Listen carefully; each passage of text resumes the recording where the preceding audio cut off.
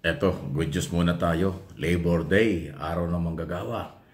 May 1 ang simula ng 20 pesos per kilo ng rice na ibinebenta ng pamahalaan dyan sa Visayas Region. Congratulations at magandang umaga po sa mga taga Visayas Region, Region 6, 7, and 8. Dyan magsisimula ang murang bigas, maputing rice. Yung 33 pesos na rice ang ginawang 20 pesos. Yan po yon. Kaya pag minakakita kayo ng brown o ibang kulay ng rice na pinapalabas nilang hindi maganda at yun daw ang 20 pesos, fake yun, propaganda yun, paninira yun sa programang Matino ni Pangulong Marcos. Inuulit ko, maputing rice ang ibebenta sa 20 pesos ayon kay Secretary Laurel ng Department of Agriculture sa tulong ng mga local official, governor dyan sa region o dyan po sa Visayas Region. Panimula pa lang po ito simula ngayong araw na ito at magtutuloy-tuloy ito sa buong rehiyon patapos papunta yan ng Luzon at Mindanao. Sa buong bansa po, mangyayari ang 20 pesos per kilo. Inuulit ko ang nagpapaliwanag at nagsasabi na kulay brown, hindi magandang bigas, hindi matinong rice, hindi yan ang programa.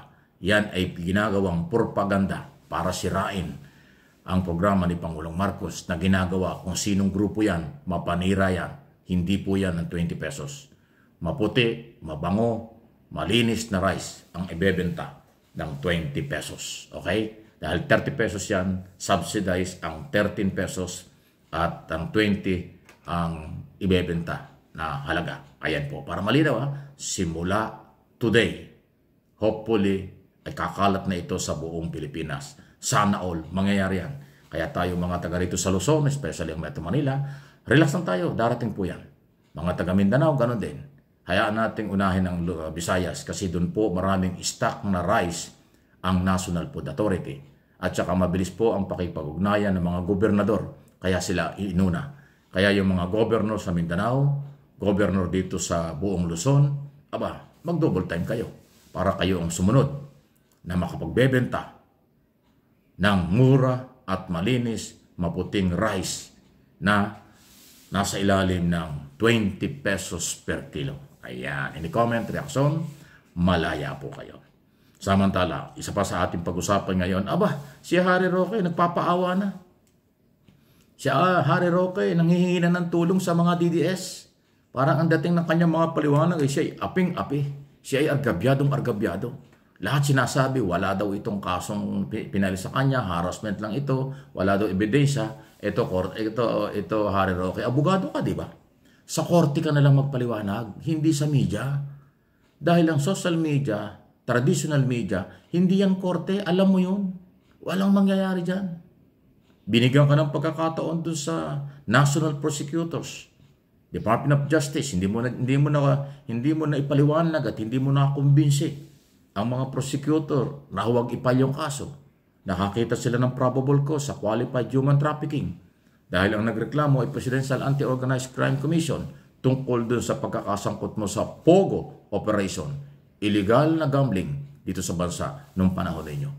Kaya ipinal yung kaso dun sa Angeles Regional Trial Court. Kaya dun ka na lang humarap. Doon ka magpakagaling sa korte.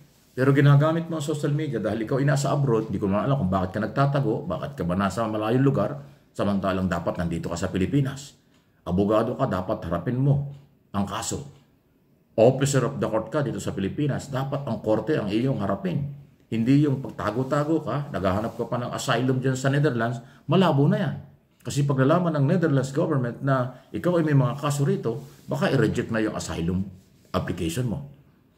Kaya yung sinasabi mo ikaw ay hinaharas, hindi titigil ang Marcos administration, hinaharas kayo, hindi totoo yan. Ang batas ang pinapairal kasi nga rule of law. Mas maganda yung rule of law kaysa sa tukhang. Di ba, Roque? Alam mo yan Kasi noong mga panahong yun tuwan-tuwa kayo sa tukhang ni Duterte. Ngayon mananagot na kayo, sasabihin nyo, hinaharas kayo. Ay yung panghaharas nyo ng araw, baliwala ba yun? Marami kayong naharas kasi nga ang daming complainant na naging biktima ng tukhang. Wala silang magawa kundi umiyak na lang at magtiis. Ngayon naghahanap ng katarungan, pinapanagot na kayo. Sasabihin nyo, hinaharas kayo. Napaka-unfair ng inyong mga paliwanag. Ako, sasabihin ko ang totoo. Kayo ang nang-argabyado sa Pilipino ng mga panahong yon, kaya kayo pinapanagot ngayon. At ngayon naman, ang pinapairal batas, dapat sumunod kayo. Kaya yung sinasabi ni Roque siya hinaharas, panggigipit ng gobyerno ang ginagawa sa kanya, puro kalokohan yan. Magpaliwanag ka kasi nasa korte na ang isyu, hindi sa social media. Merong ebidensya ang Presidential Anti-Organized Crime Commission na ikaw ay hindi lang abogado ng Lucky 999. Ikaw ay sinasabing may kinalaman, kaya nga qualified human trafficking, non-bailable offense. Walang pansamantalang paglaya. Kaya sa oras na lumabas ang warrant of arrest, sabi nga ng Malacanang, Interpol to Interpol. Ano ibig sabihin?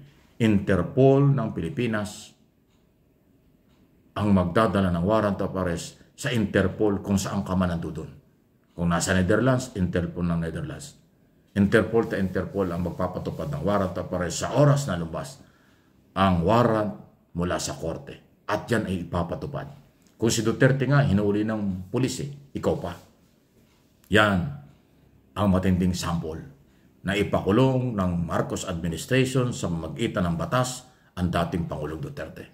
Kaya yung lahat ng mga kinasuhan, nakakampi o hindi makakampi ng mga Duterte at lumabag sa batas, huhulihin din kayo. Kasi yung pinakita ng Marcos administration na leadership, na kahit dating Pangulo ay pinakulong at dinala sa Netherlands, kung nagawa yun, kayang gawin yung kahit kanino. Basta may warrant of arrest. Rule of law. Ganun po yun. Huwag kayong mag-alala. Hindi kayo huhulihin kung wala kayong kaso. Hindi kayo kakasuhan kung wala kayong problema. Pero pagka may warrant of arrest, wala tayong magagawa. Ang korte na nag-utos ang masusunod. Kung saan ka ikukulong, sinong ikukulong, hanggang kailan ang pagkakakulong. Ganun po yun So katulad ng kay Harry Roque, qualified human trafficking. Aarestuhin yan pag may warrant, ikukulong yan habang may trial. At pag napatunayan, tuloy-tuloy na. Ganun po yun. Nababaguhan sila, natatakot sila kasi yan ang kapangyarihan ng Estado at ng batas. Noong araw kasi, walang batas. Kapangyarihan lang nila. Kapangyarihan lang ng Estado ang kailang ginawa. Inabuso ang may liliit. Inabuso ang mahihirap. Naging biktima ang mahihirap. Nung mag-file ng kaso at magreklamo, saka sila ngayon umaaray. Yung karapatan ng bawat Pilipino, sa lahat ng oras, anumang administrasyon, dapat nirespeto. Hindi pwedeng siga-siga kayo. Dahil pagdating ng araw, sisingilin kayo. Katulad ng nangyayari ngayon sa mga Duterte. At yung iba pang mga sangkot sa mga kalokohan ng araw, sinisingil na kayo ng batas. Dahil may complainant, may investigasyon, may ebidensya, at meron kayong accountability. Huwag kalimutan, transparency, responsibility, and accountability kapag kayo ay nasa gobyerno. O nasa pribadong sektor naman, responsibility and accountability, nandun din yon. Huwag nating kalimutan. Okay? Please like and share ng ating mga video at pinag-uusapan para po sa inyong kaalaman.